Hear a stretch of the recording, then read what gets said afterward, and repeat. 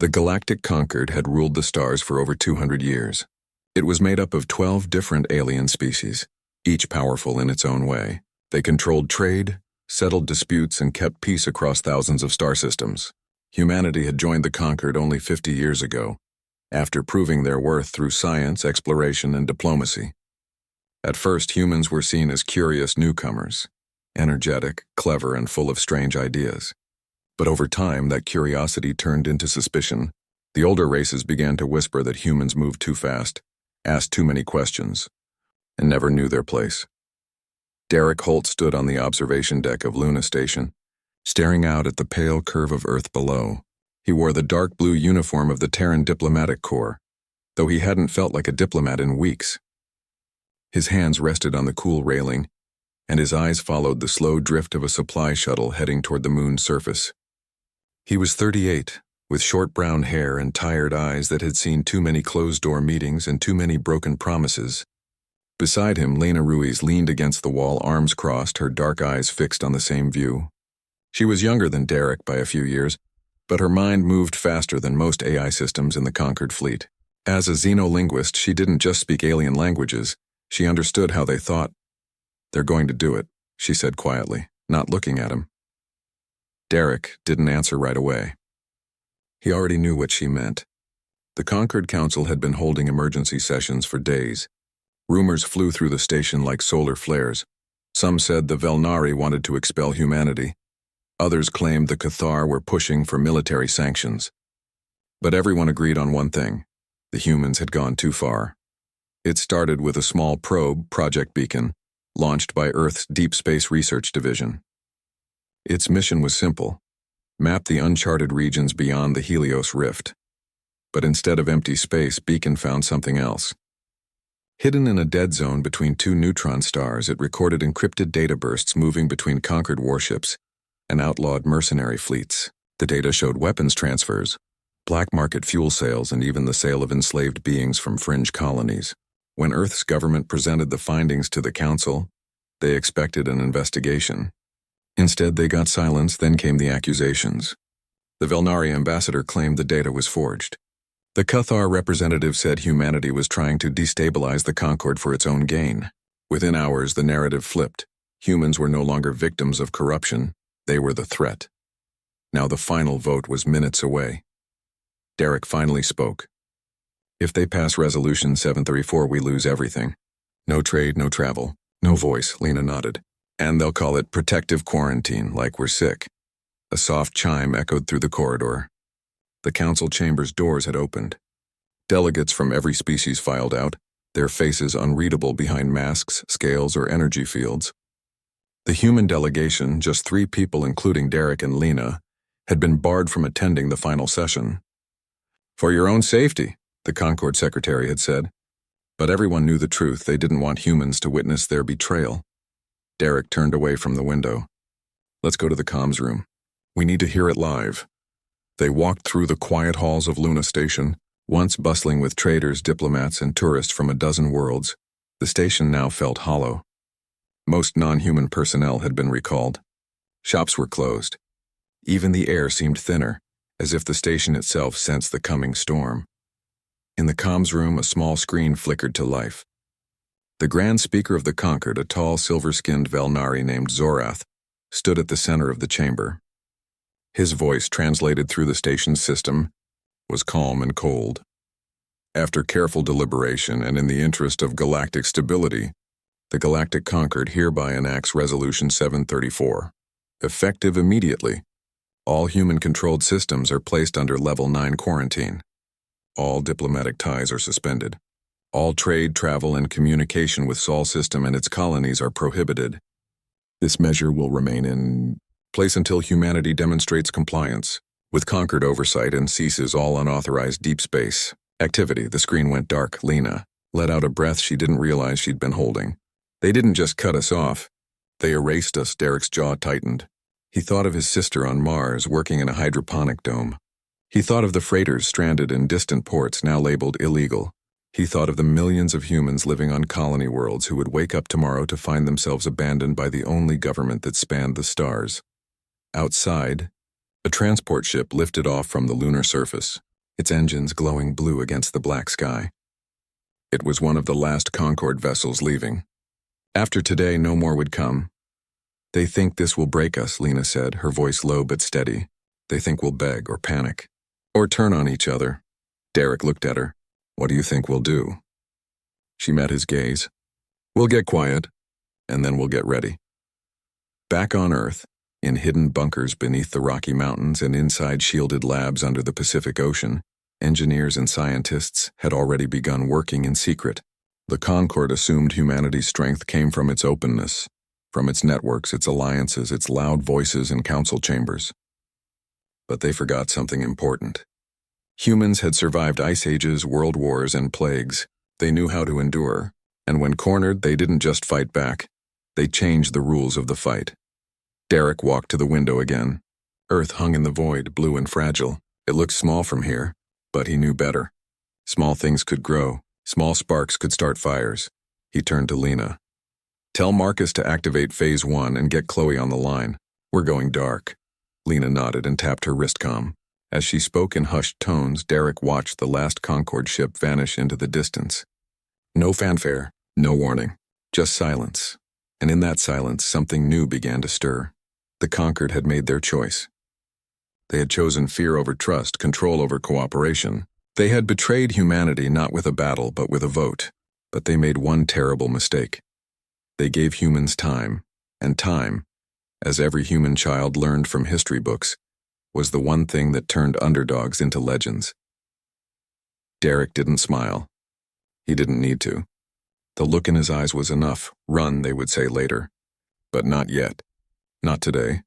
Today was the day humanity stopped asking for a seat at the table and started building their own. The stars outside the observation ports of Luna Station no longer felt like neighbors. They felt like eyes, watching, waiting. After the Concorde's decree, every light in the sky seemed to belong to someone who now saw humanity as a problem to be contained. But on Earth, Mars, Titan, and 100 hidden outposts, humans did not panic. They worked. Deep beneath the red sands of Mars, in a sealed dome known only as Site Theta, Marcus Boone wiped grease from his brow and stared at the skeletal frame of what would become the first stealth corvette. He wasn't a soldier. He'd spent most of his life designing cargo haulers and orbital tugs. But when the Concorde cut off all shipyard access, someone had to turn scrap into salvation. Now, surrounded by engineers, welders, and former asteroid miners, Marcus lived in a world of metal, plasma torches, and sleepless nights.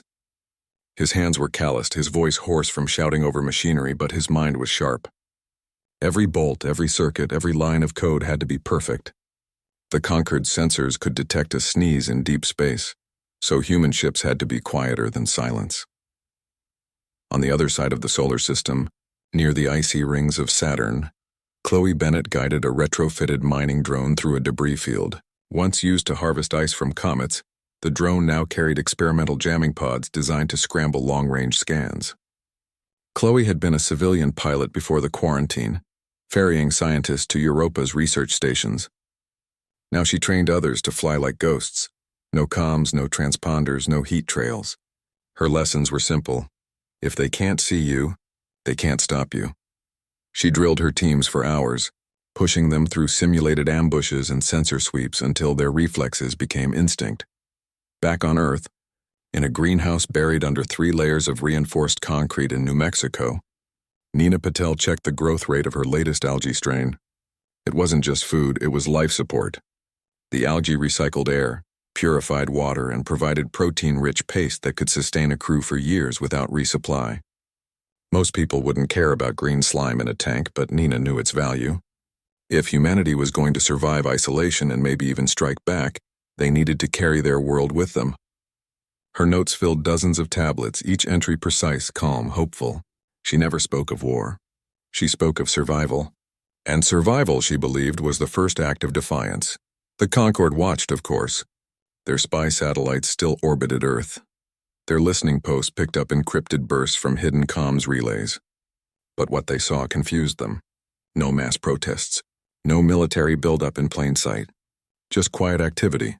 Factories humming at odd hours, freighters vanishing into the asteroid belt, research labs going dark. The elder races assumed humanity was crumbling under the weight of exile. They didn't understand that humans had spent centuries preparing for the worst even when times were good. Derek Holt coordinated it all from a command bunker beneath the Canadian Rockies. Messages came in daily, short, coded, urgent. Marcus needed rare isotopes for the new drive cores. Chloe requested more simulators for her pilots.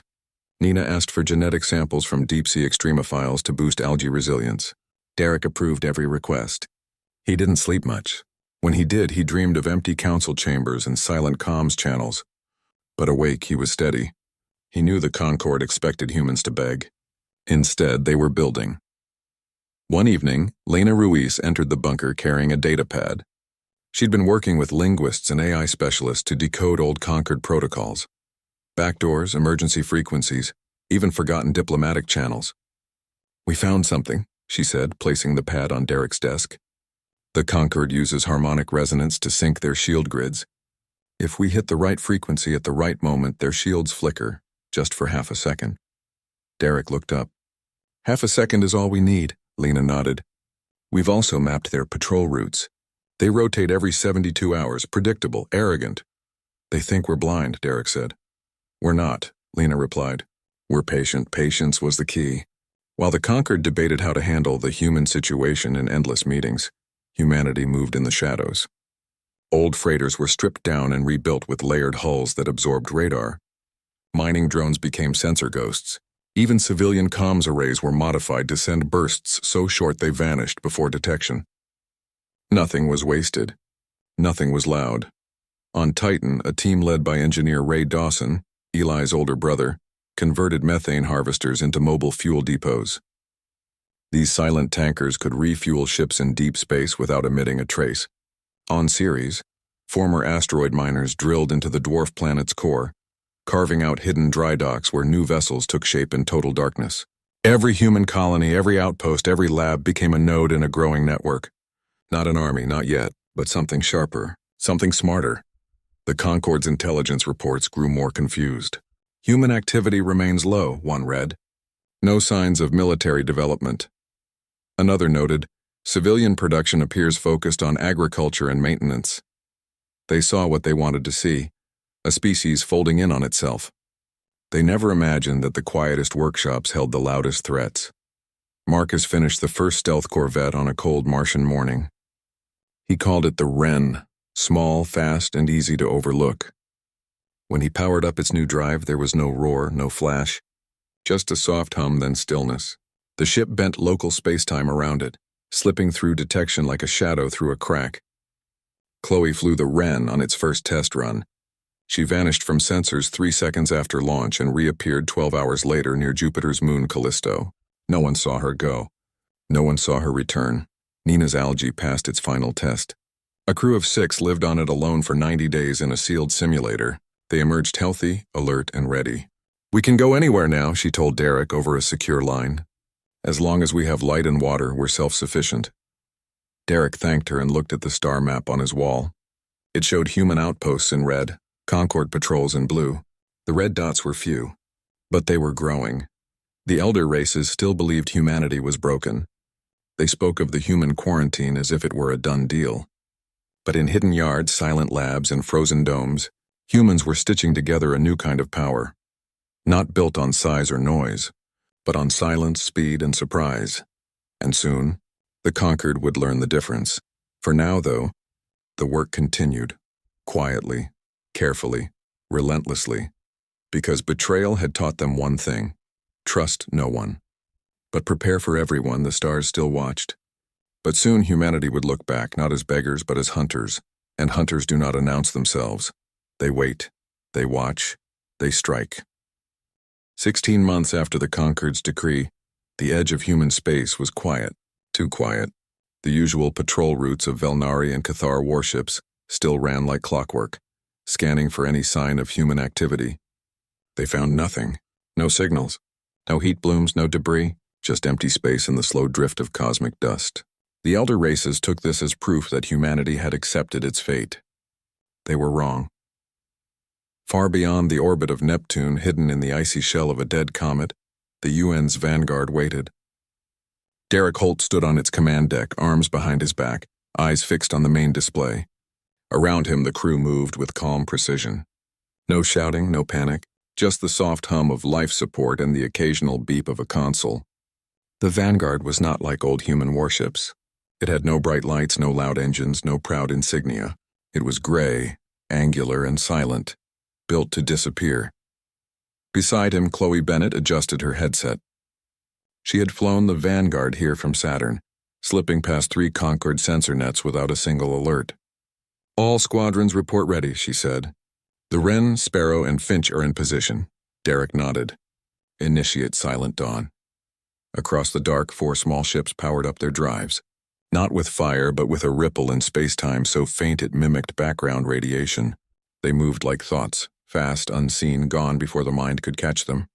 Their target was Relay Station Theta 9, a massive Concorde communications hub orbiting a nameless dwarf star. It was the nerve center for all patrols in this sector.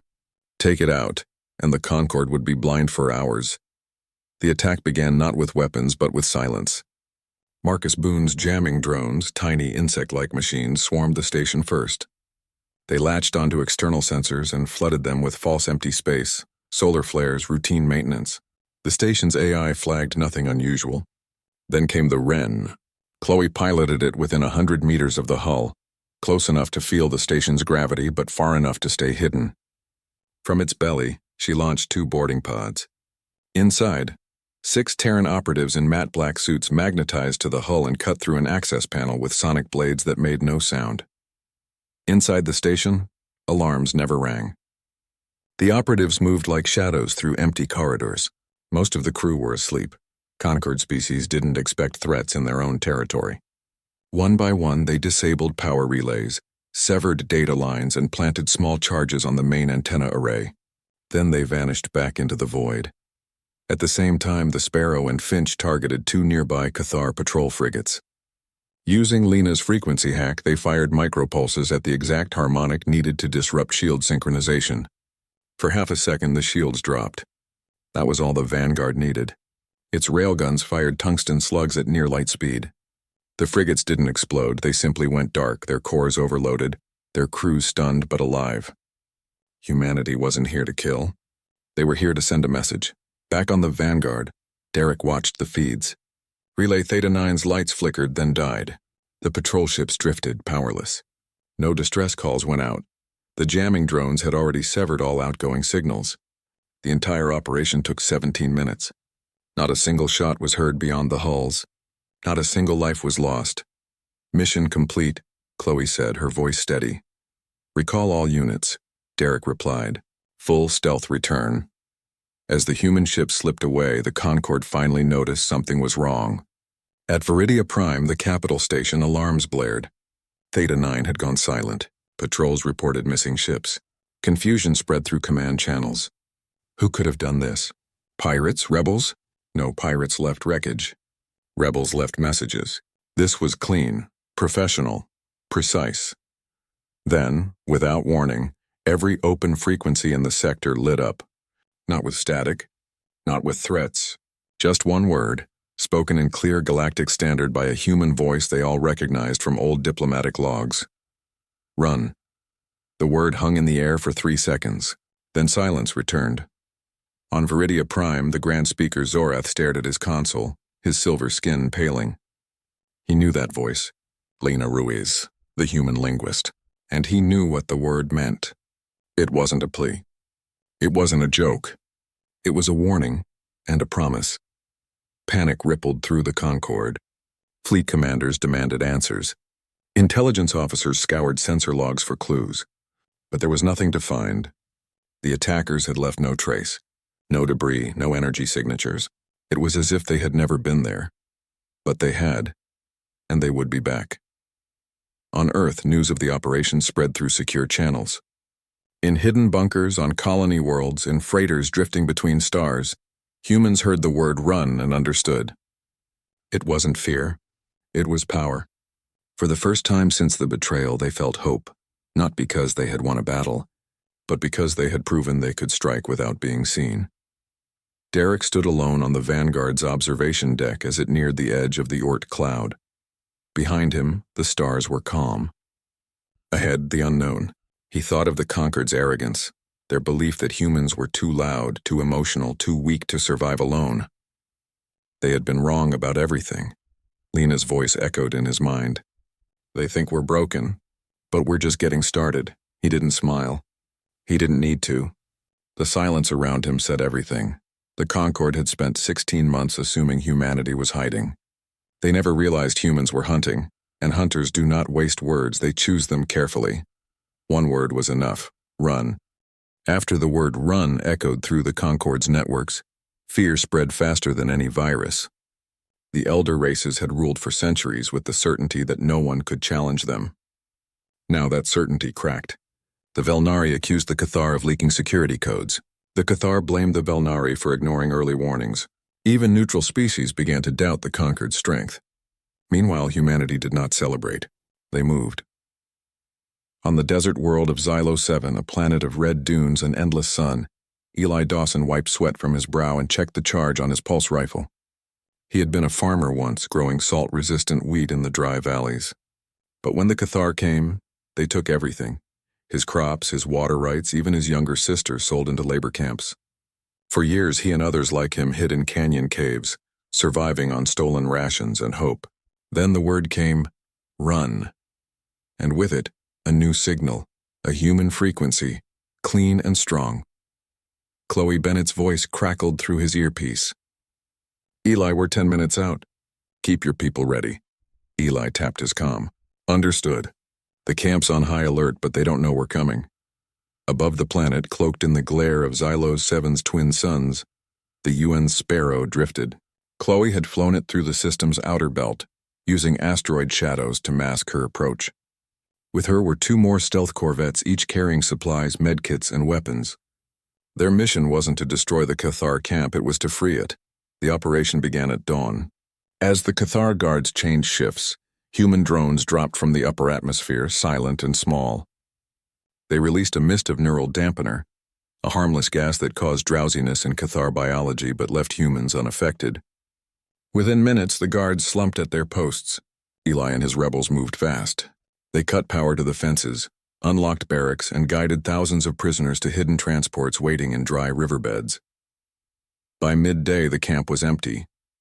The Cathar command ship in orbit detected the disturbance too late. By the time they sent scouts, Chloe's fleet had vanished into a dust storm, carrying over 3,000 freed laborers to a safe rendezvous near the system's ice moon. News of the rescue spread like wildfire. On worlds long crushed under Concord rule, whispers turned to plans. On Zeta Prime, factory workers shut down production lines. On the ocean moon of Lyra 4, fishermen sabotaged patrol skiffs. Even species that once feared humans now saw them differently, not as invaders but as allies. Back on Earth, Nina Patel worked nonstop.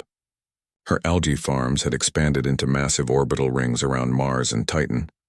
Now those rings fed not just human crews, but refugee fleets from a dozen liberated systems. She modified her strains to suit different biologies, adding nutrients for the insect-like Grish, adjusting pH for the amphibious Mirel. Food is trust, she told her team. If we feed them, they'll believe we're not here to conquer. Marcus Boone, meanwhile, opened human shipyards to former enemies. In secret dry docks near Ceres, engineers from the Grish and Mirel studied human stealth tech. Not to copy it, but to adapt it. Marcus taught them how to layer hulls, how to mask heat, how to fly without leaving a trail.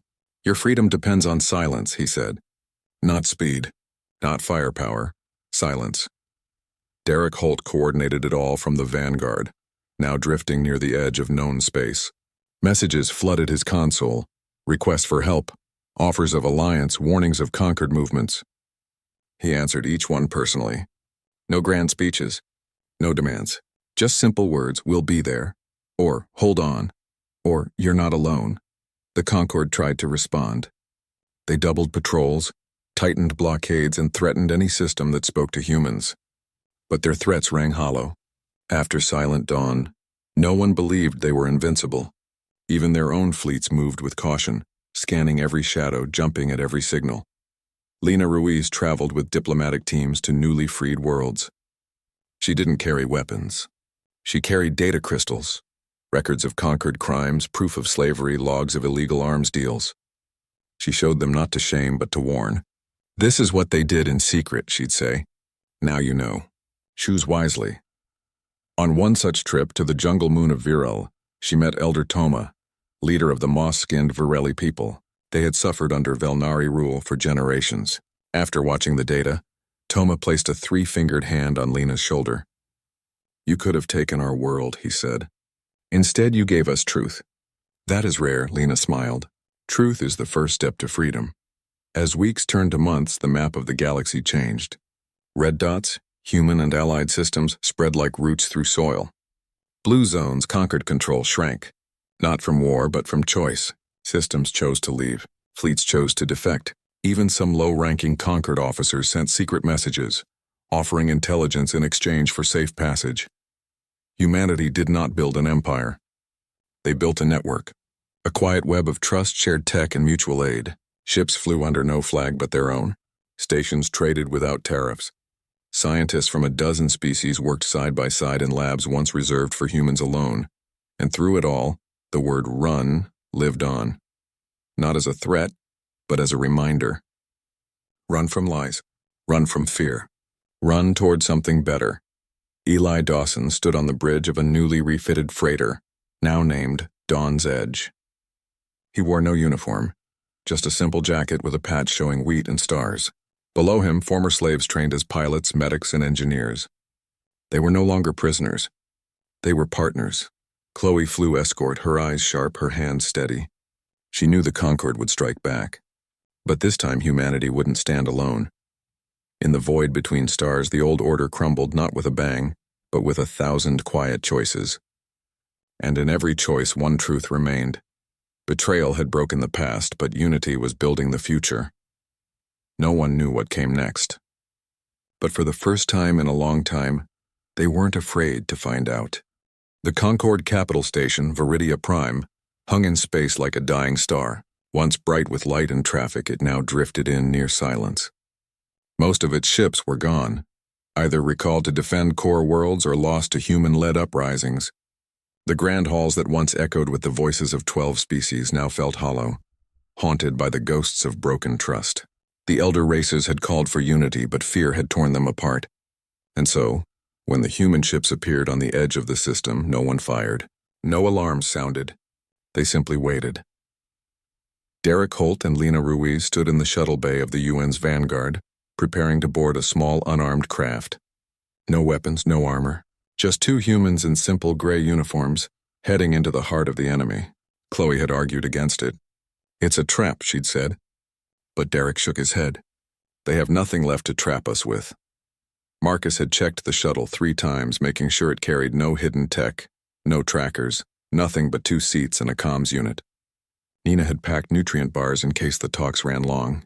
Everyone knew this was not a battle. It was an ending, or a beginning. The shuttle glided through Viridia Prime's outer shields, which flickered weakly. Docking clamps engaged with a soft thud.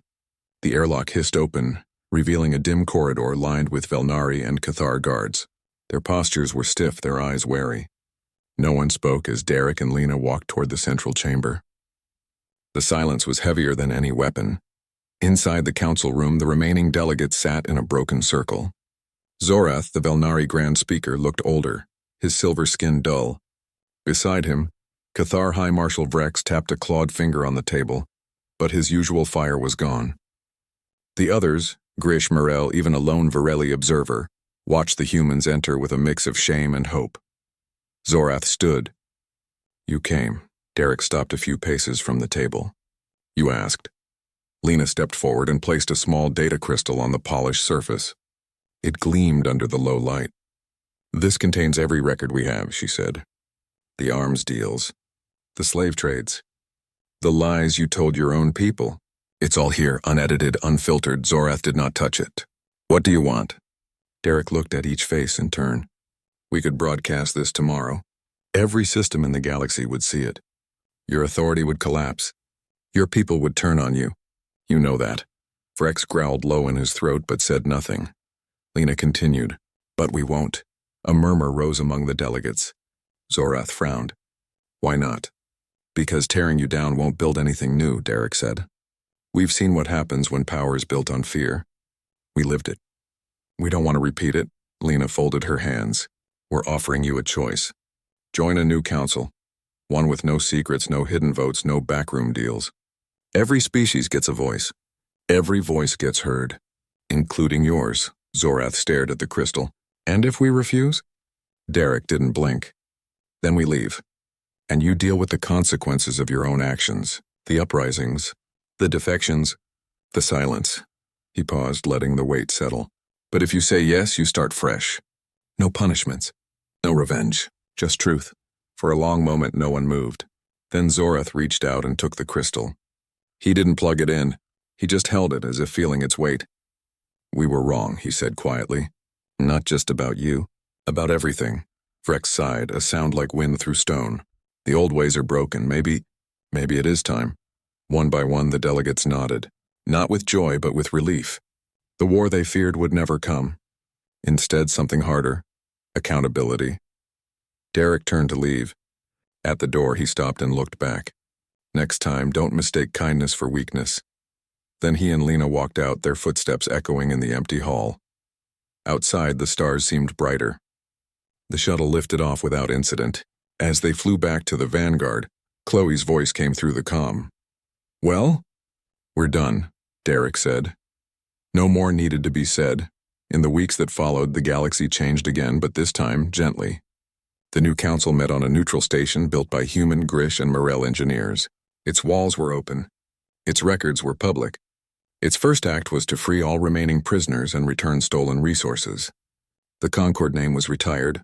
In its place rose the Alliance of Free Systems. Humanity did not lead it. They joined it as equals. Derek became an advisor, not a commander. Lena helped draft the charter, ensuring language protected the smallest voices. Marcus shared ship designs freely. Nina's algae fed delegates from 20 species. Chloe trained mixed-species pilots, teaching them that speed meant nothing without trust. On Earth, children learned a new history, not of betrayal, but of resilience. On Mars, farmers grew wheat beside Virelli moss gardens. On Xylos 7, Eli Dawson opened a school where former slaves taught their children to read, write, and dream. The word run was never forgotten. It was carved into monuments, whispered in stories, taught as a lesson. That true strength lies not in striking first, but in choosing not to strike at all. Years later, an old Velnari scholar asked Lena why humans had shown mercy. She smiled and said, because we remembered what it felt like to be alone, and we decided no one should feel that way again. The stars still watched, but now they saw something new, a galaxy not ruled but shared. Not by force but by choice, and in the quiet between the stars, humanity finally found its place. Not as conquerors, not as victims, but as neighbors. The end.